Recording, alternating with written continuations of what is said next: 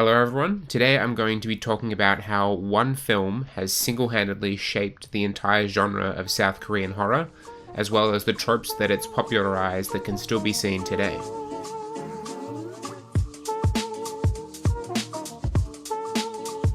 Just before we get started, if you enjoy this video, please be sure to like it and comment below what your thoughts are on Whispering Corridors. So just for some brief historical context about what was going on at the time in South Korea, the South Korean film industry had been in a slump during the 1970s due to a lot of government censorship that had been in place where films needed to be ideologically sound to be given the green light.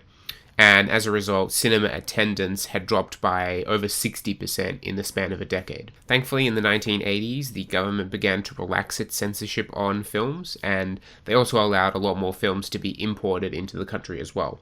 So, as a result of this, a lot of young directors were able to get their foot in the door, and good business practices were built up within the industry. When the 1997 Asian financial crisis occurred, a lot of conglomerates in South Korea scaled back their involvement in the film industry. However, by then, it was healthy enough that it continued to survive even without the additional funding and support. In terms of the horror genre specifically, there had always been some films here and there, one of the most notable probably being the 1960 film The Housemaid. However, it had never been a predominantly popular genre, and for the most part, it was absent in the industry. The explosion of South Korean horror wouldn't occur until the late 90s, when a film called Whispering Corridors was released. For those of you who haven't seen the film before, Whispering Corridors follows a teacher at an all-girl high school where a series of suicides and murders take place, and the teacher attempts to find out who is behind it all.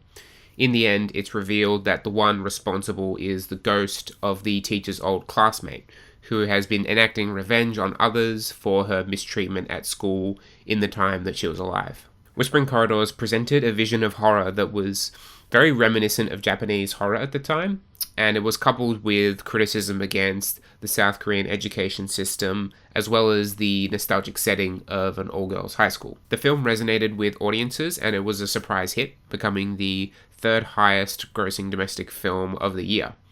This was an impressive feat considering its genre and its relatively low budget, and many other filmmakers would begin to follow suit with further horror films that built off the foundation that Whispering Corridors had unknowingly set for the future of South Korean horror. So, what legacy did Whispering Corridors leave behind? Well, several of the tropes and ideas used in the film have become a staple in South Korean horror, and can be seen in many other films that have since followed. A key aspect of the film was its criticism or critique of the education system in Korea, namely the harsh comparison of academic performance between students, as well as the teaching methods and overall demeanor of some teachers to their pupils. This is seen in the rest of the Whispering Corridors series, and a prominent example of it in other films is Death Bell, where it's arguably even more central to the plot, as the person behind the murders in that film is actually a disgruntled parent who had wanted revenge on others due to their child suffering from the education system and even being killed by a teacher to preserve the ranking of other students who bribed him. Several other films use the setting of a high school for its nostalgic value, even if the critique on education doesn't play a major part in the plot. So, The Silenced is set in a school in the 1940s, and even films such as 0.0 Megahertz and The Whispering don't take place in a school, but they feature students as the main cast. Arguably the most influential trope seen in Whispering Corridors is the theme and motive of revenge, as it's hard to find a South Korean horror film that doesn't feature this in some way. Bunshin Saba, Ouija Board, The Ghost, Gunjiam Haunted Asylum, Possessed, all of these films and more feature the killer or the antagonist of the film enacting revenge on others. This is often done to direct sympathy towards the killer, and revealing that rather than their actions being evil, we learn that they had been wronged in the past in some way, and this is their attempt of enacting justice.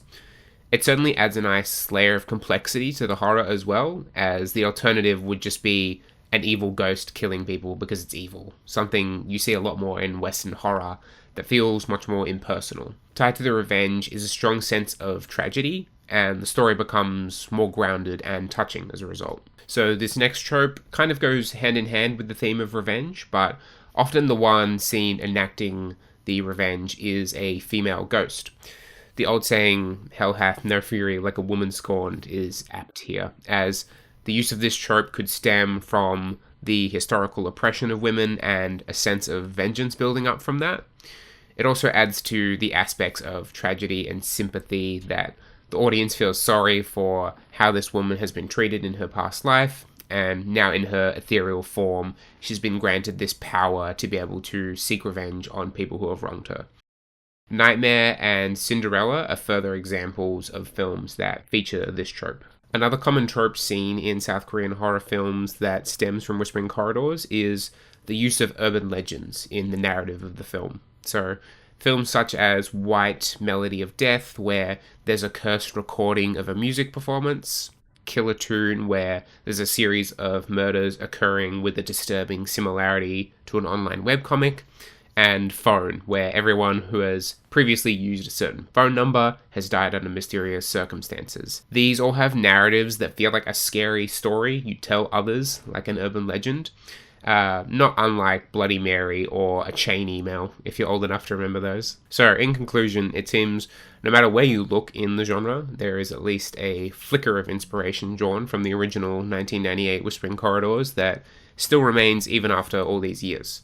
It's become a hallmark of the South Korean horror genre, and it's great seeing these tropes and ideas continue to be developed and revolutionized for more modern horror films today. Thank you for watching. If you enjoyed this video, please give it a like and comment below what your thoughts are on Whispering Corridors and if there's any movies you've seen that feel similar to it. I've watched a lot of South Korean horror myself, but there's still many I haven't seen, so there are likely even more examples apart from the ones that I mentioned in this video. Thank you again for watching, and I will see you in the next video.